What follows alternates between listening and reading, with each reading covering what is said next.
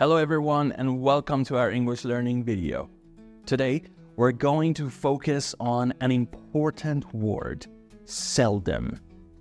If you've ever wondered how to express something that happens rarely or almost never, then you're in the right place. By the end of this video, you'll feel confident using the word seldom in your everyday English conversations. So let's get started. 10%. Seldom.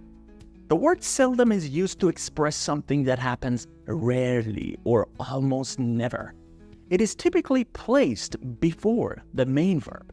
For example, she seldom watches television. They seldom go out in the evenings. And there you have it.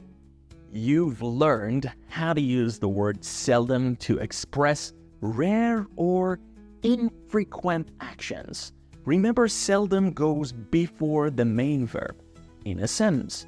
So whether you're saying she seldom watches television or they seldom go out in the evenings, you're now equipped with this valuable English word.